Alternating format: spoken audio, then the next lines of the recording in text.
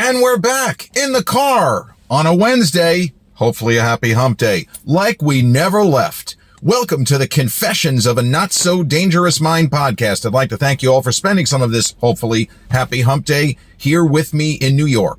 But once again, we're going to skip past all that promotional jazz and get right to the guts of the episode.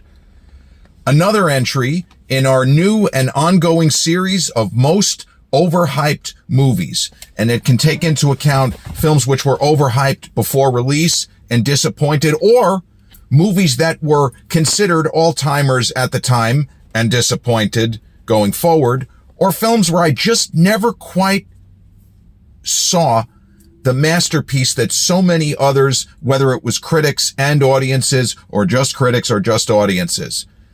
There are movies that generally I like, and in some cases like a lot, but don't get the people who say it's a 10 out of 10. And today's movie, we're staying with the year that I talked about yesterday with The Sweet Hereafter, the best movie you've never seen, from 1997. And this is a film that is considered an all-timer, a movie that is on a lot of 10 best lists of, I have a number of friends. This is one of their favorite movies. It is a film that I saw once in theaters, liked it a lot, and have no desire to revisit this film. It is Gus Van Sant's hugely lauded critically and praised by so many audiences. It was in the top 100 on IMDb. I don't even know how long. I'm not sure where it is, but I'm pretty sure it's still in the top 250. Gus Van Sant's 1997 film starring Matt Damon and Ben Affleck, Good Will Hunting. And Good Will Hunting is a movie I got in on the ground floor. I saw it on its opening night, right around the same time as watching Matt Damon in The Rainmaker. Spoiler alert, Matt Damon gives a better performance as Rudy Baylor in The Rainmaker than his Oscar-nominated for lead actor performance as Will Hunting in Good Will Hunting. The film works. It's entertaining, but I didn't have the emotional reaction I was supposed to. And an old friend of mine from Bev's Gym, a chiropractor friend of mine, he said, this is a mild spoiler, the moment in the movie where Robin Williams says the phrase, "It's not your fault," had him bawling like a 2-year-old who is late for a feeding.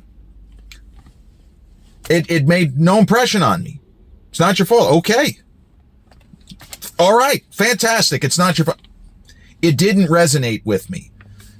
The movie worked at the level of a character study of a very troubled genius. I love Robin Williams' performance. I had no issue with Robin winning Best Supporting Actor. You could argue he could have won. He probably should have won Supporting Actor for The Fisher King in 91. How the fuck did he not win for that? I don't know. But then again, if Anthony Hopkins is nominated for Best Supporting for films released in 91, he wins Best Supporting. It's strange. Oh, Jack Palance won for City Slickers. Man, I love that movie and I love Jack Palance, but I'm sorry. That was Robin's award for The Fisher King. You almost could have put him in as lead. That's how dominant and commanding of a performance he gives in that movie. But I love what Robin does in the film, Good Will Hunting.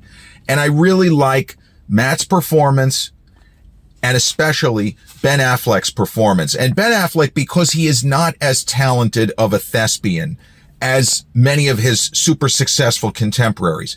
He's a better writer and director than he is an actor. And you could say the same about Clint Eastwood as far as from the producing side and from the filmmaking side. Clint Eastwood is one of the strongest screen presences ever. He's not what you would call a great actor. He doesn't have so much range, but in the right role, Eastwood is magic. Robert Redford, another one who's not really known as the most expressive or broad actor. But in the right role, Redford is fucking magic, as is Clint Eastwood and as is Ben Affleck. And Ben Affleck as Will Hunting's best friend, Chucky. He understands the stakes to what's going on in this story more so than even the 200 IQ smartest person who not only ever lived, but could ever possibly live, Will Hunting. And it's really great work from Ben in particular. So this movie had a very tortured, circuitous route to production in the first place. And again, before I go any further, just so we're clear, This is a 3.5 star out of 4 movie for me. This is a film that I would give probably 8 to 8.5 out of 10. Most people I know, especially Gen Xers, this is one of our movies, would rank this film higher. And there are going to be people watching this episode thinking, I believe that this guy knew what he was talking about. No, thank you. I'm about to unsubscribe. He doesn't know shit. How could he only see this? Hey, that's what makes a horse race. There are movies that I have talked about how much I enjoy that you probably didn't like or said, well, you know, it kind of left me cold or the plot didn't make sense. I think The Rainmaker is a better film than Good Will Hunting. The Rainmaker, the most undersold great movie, certainly in Francis Coppola's filmography. And as I recently talked about a month or so ago, Matt Damon's performance on Rudy Baylor, it gets lost in the shuffle because Will Hunting was just it made such an incredible splash. And Minnie Driver deservedly got a Best Supporting Actress nomination for her turn as Skylar. She's great. And there's nothing wrong with Matt's performance. He does the best that he can, but I feel like the character was a little bit more limited than he needed to be. But we can get to that. So the route to production is that the two already long-term buddies, they'd known each other at least 5-6 years, Matt Damon and Ben Affleck, wrote a screenplay.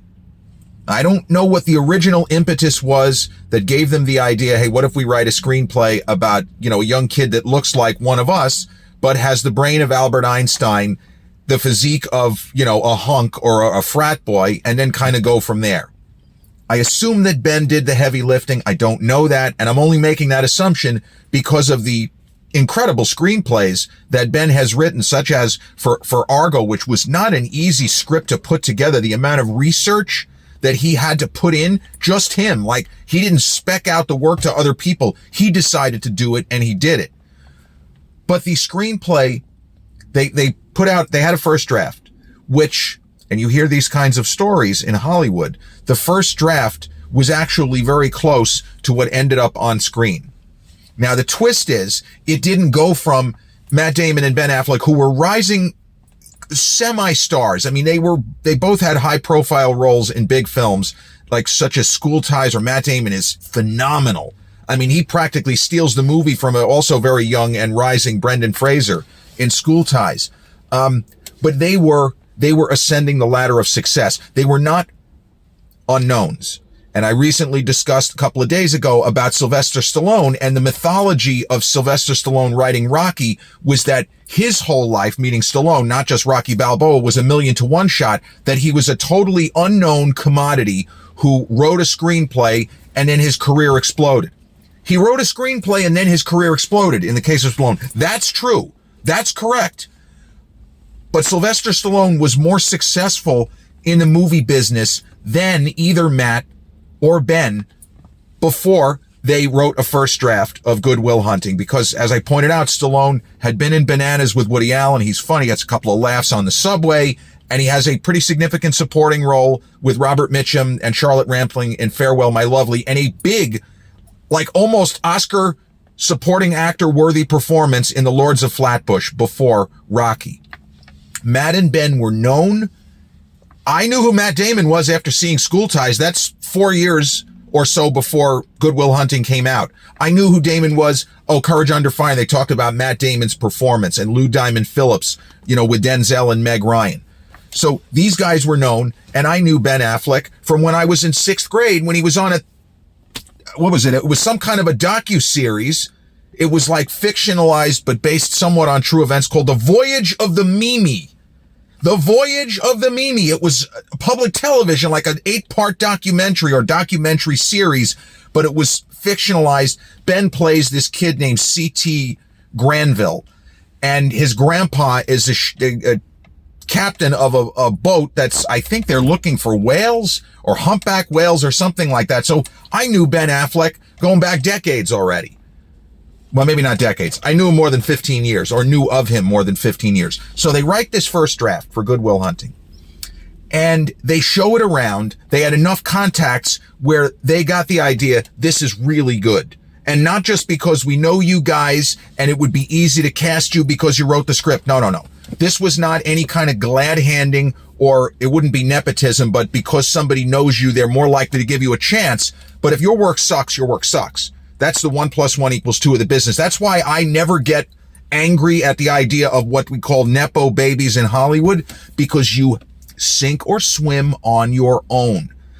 Whoever the relative is that could give you a leg up, they can open a lot of doors that are going to be locked to almost everyone else. But eventually, you're going to sink or swim on your own. And that's how I see it. A lot of people would say, well, that's not really true because you'd be making money at, okay, but you have to have talent. And in many cases, like Michael Douglas had, I think, a bigger career even than his father, Kirk Douglas. So you have to almost go case by case.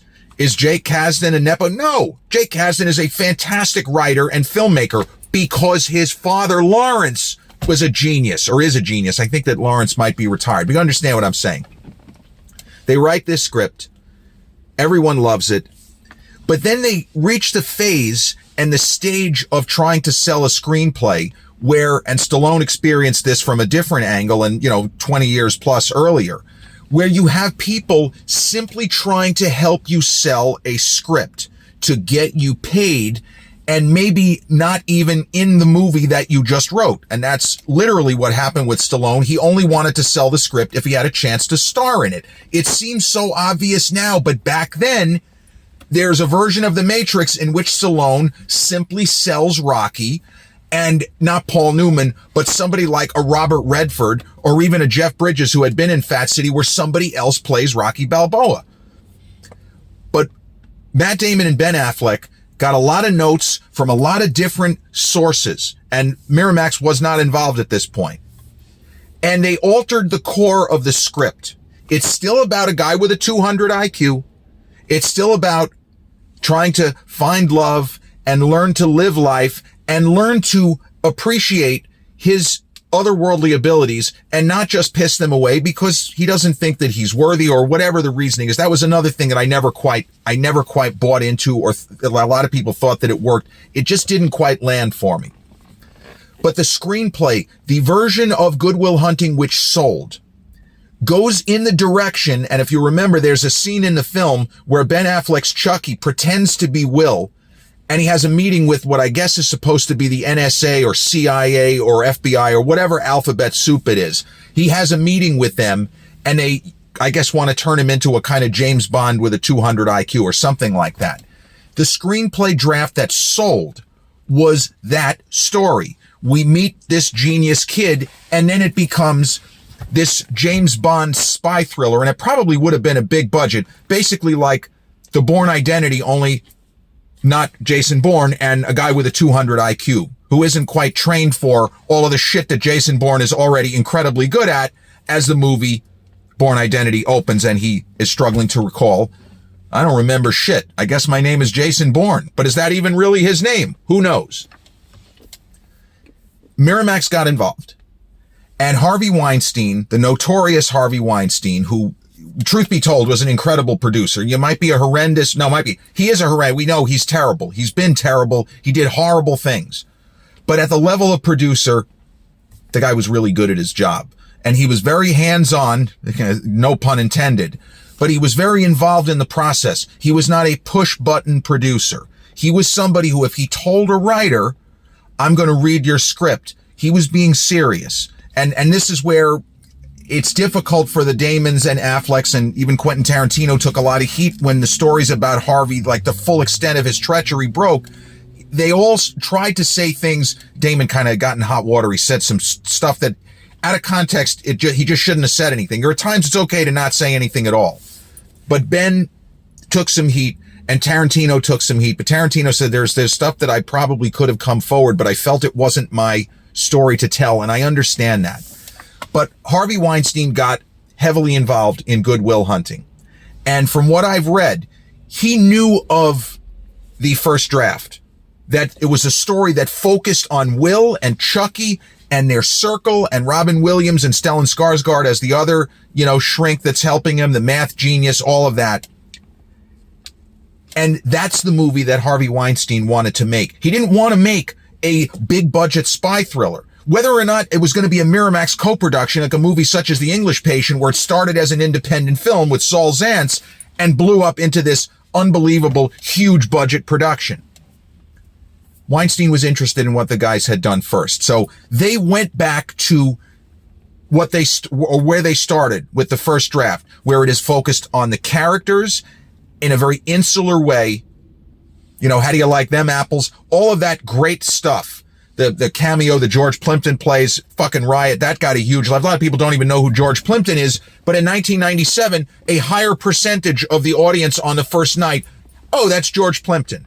And when Matt Damon starts singing Afternoon Delight, that was one of the biggest laughs of any movie that I'd been to in the 90s. When the audience realized that he was singing the guy a song, we were screaming. I mean, that was just gold. But Matt and Ben didn't actually trust, and this is also ironic, they didn't trust that Harvey Weinstein was actually going to read their script, because they were working and they were trying to mold it into what Weinstein and many of the creative executives who he trusted were trying to get them to reshape it to what the first draft was, but they had some other ideas and things they wanted to do. And the guys were on board with it. They'd already made their money and they were hopeful they could get this project through at Miramax and they would both be able to appear in the film, all of these things. But they didn't actually believe that Harvey was going to read the script.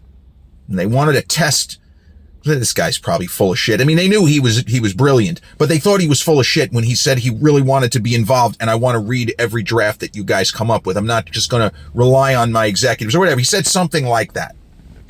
So the guys worked on a new draft for Harvey, which almost entirely became what Gus Van Sant signed to do and the movie they made. But Matt and Ben had an idea. They didn't think Harvey was going to read the script. And so they added a little something to page 61. They just threw a couple of sentences in there that didn't really belong in the script. And they only did that because Harvey Weinstein had told them, I'm going to read this myself first. I am not giving it to my creative executives.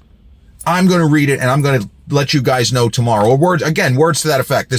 Nowadays, this would all be reported and people would be cracking up at some of this nonsense. They thought he was just going to give the script to like 3 or 4 executives who were then going to brief him, because that's how it goes in Hollywood. And that is not a criticism. That is a reality. So they finish the draft and they give it to, they deliver it to the office, or they had it handled, whatever it was, doesn't really matter. And they wait. So they go in the following day to meet with Harvey. He had said, guys, come in at 10, whatever the fuck time it was. They go in for a meeting. And Weinstein is really happy. If you can imagine Harvey Weinstein being happy, he's really happy with what the guys have done. He said, I'm so thrilled. We are going to make this movie. This is fantastic. You did all the note. I can't believe how great you guys are. He's throwing bouquets of praise. He said, I just had one tiny little problem. Your entire script, I have one note. That's it. Like, this is ready to go right now, guys. I am just over the moon. But I gotta ask you about this one problem. Matt Damon and Ben Affleck supposedly looked at each other and tried not to laugh. They knew exactly what Harvey was talking about. Damon plays stupid. Well, what's wrong, Harvey? What do you mean? What's the problem? What's the issue here? So Harvey Weinstein, with a straight face, not being funny, not mad, he goes and he opens the script. He said, I don't understand this on page 61. There's nothing in the first 60 pages or after this scene to indicate that Will Hunting and Chucky are sexually attracted to each other. Just out of nowhere, Chucky starts blowing him, and he's like real serious. Matt and Ben fall to the floor laughing, and fortunately, neither of them got a hernia from laughing so hard. They added 2 or 3 lines worth of scene description of the character of Chucky just out of nowhere giving a blowjob to Will Hunting. They put that in there because they did not believe that Harvey Weinstein was going to read the script. And when Harvey asked them about that scene, they knew that he had. They took it out, and then here we go. They make the movie. And I remember the advance buzz on the film was through the roof. The advance buzz was Matt Damon's about to become a huge star because The Rainmaker is also supposed to be terrific. But there were people talking about Good Will Hunting because it had screened, I don't know if it screened in Europe, but it definitely had been seen before the U.S. critics en masse, got a hold of it, or the Siskel and Ebert, that kind of critic, a week or so before the general release. Everyone was talking about it. And David Denby, my second favorite film critic after Roger Ebert, he loved The Rainmaker and he liked Good Will Hunting. His reaction was very similar to mine. I think The Rainmaker is 9 out of 10 and Good Will Hunting is 8 out of 10. But the film it's so well cast. And I know that Matt Damon and Minnie Driver had a bit of an ill-fated, doomed romance, and supposedly he broke up with her on Oprah. Nobody really knows because Minnie has been very circumspect. She didn't really want to talk about it, and I don't blame her, because that was literally for her the best of times, the worst of times. She gets an Oscar nomination. There are people that thought she could have won or should have won it. She's amazing in the movie. They have great chemistry, not surprisingly, that they started, I don't want to say hooking up. They were in a relationship, but they look great together.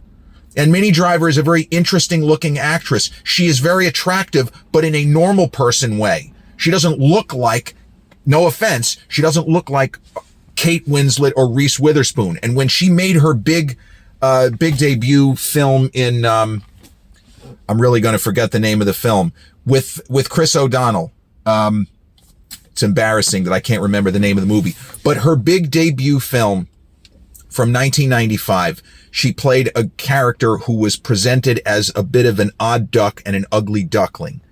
And so the first experience of Circle of Friends, that's the name of the movie, was going to drive me nuts. But the first experience that general audiences had of Minnie Driver was of an ugly duckling type of an actress. And obviously she's not.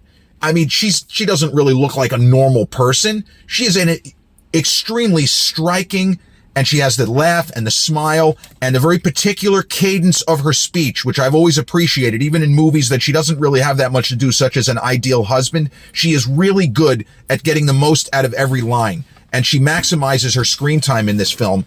And her laugh is infectious, and even when her character loses her temper, you never lose the thread of the character of Skylar and what she's all about, and that she doesn't feel as if she has to apologize because her father did really well and her family has money and she had a good life. But it doesn't mean that, as she says, that I wouldn't give everything back just to have more time with my dad.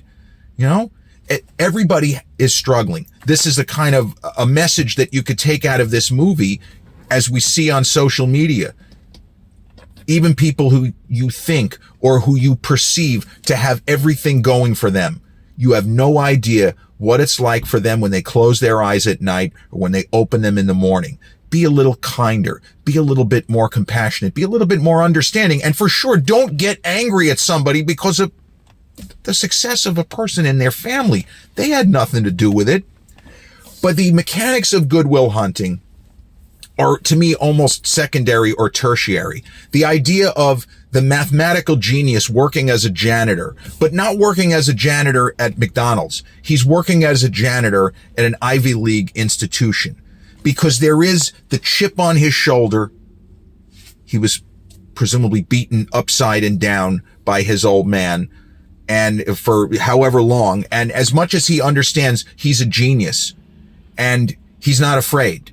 He's not afraid to get into fisticuffs. He's not afraid to challenge people intellectually. He's simply not afraid. But he is damaged. He is a wounded soul.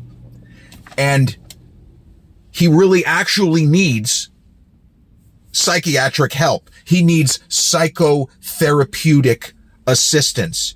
And the Robin Williams character, it's not even so that he can necessarily reach his potential. You hope so, yes. But first, that he learns how to live and do more with his, even if he doesn't end up winning a Fields Medal or doing something like that, he still has to do more than what he is currently doing, which is just getting into stupid barroom brawls and scuffles. And it's not good. He needs to be more mindful. And the relationship between his character and Robin's character is really great, because it takes quite some time for them to really connect, and for Robin, his character, to be able to have Will Hunting trust him.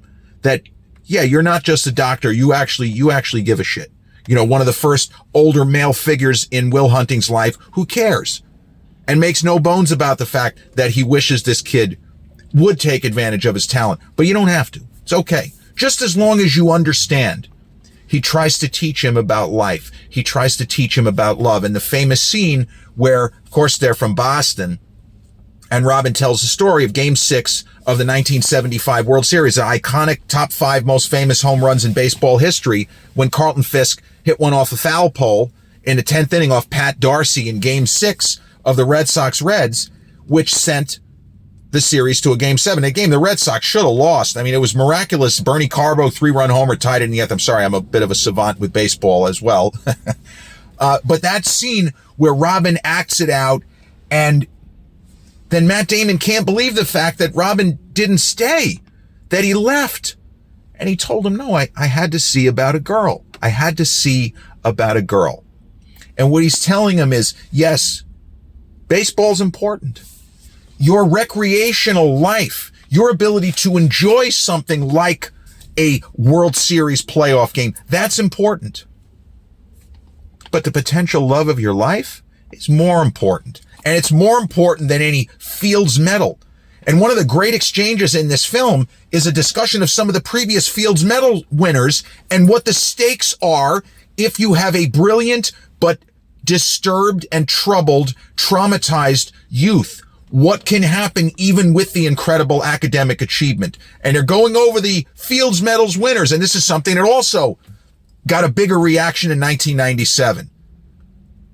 Theodore Kaczynski won a Fields medal. And the Stellan Skarsgård character goes, well, who the hell is Theodore Kaczynski? And Robin Williams goes, the Unabomber. So the stakes are, if Will Hunting is not directed correctly, maybe he's not going to blow up mailboxes, but he might end up a hermit living in the woods with all of that talent and all of that to live for. And Ben Affleck as Chucky has the kind of cornerstone moment in the film where he points out to Will. He says, man, I love, we have a few laughs, we fuck around, we play shoot pool, and we hang out, and it's all great. He said, but just understand, I would give anything, and really anybody who knows him, anything to have what you've got. And that's when Matt Damon said, do you mean I owe it to myself to do more? He said, no, you owe it to me. You owe it to me. Because I'm going to wake up a week from now and I'm 50 years old and I'm going to be the same person. What he's saying is he's already maximized his potential, Chucky. Will has so much more within. And then the irony is, instead of starting his life proper, his academic, or just in general, his achievement, is he really going to try to win a Fields medal or split the atom or resplit the atom or do something like that? He's got to go see about a girl. And I thought the very end of the movie, when he said, I got to go see about a girl, I thought that was a really nice way to tie the film together. And you could see how when people read this script, they knew if we do this right, this is going to be a memorable film. This is the sort of movie that is not going to cost a ton of money to produce. Neither of the guys were going to get 15 million or anything. Like, they got a couple of million probably, but they knew there was going to be an audience for it because you have attractive young people and you have, a lifetime end boss, Robin Williams. Like everyone else, I'm still sad that he's gone, but Robin was also, in his way, he was unique. He was magic on screen. He was magic on stage, on TV. That was somebody that whatever he did, he was great at. From the comedic perspective, from the theatrical, from the performative point of view, Robin Williams was a genius. He was Will Hunting level when it came to the performing arts. There was almost nobody with more gifts. And Robin, you could say, he maximized them to the best of the prodigious ability that he was given. But Good Will Hunting, I still feel as if the film is just a little bit overhyped.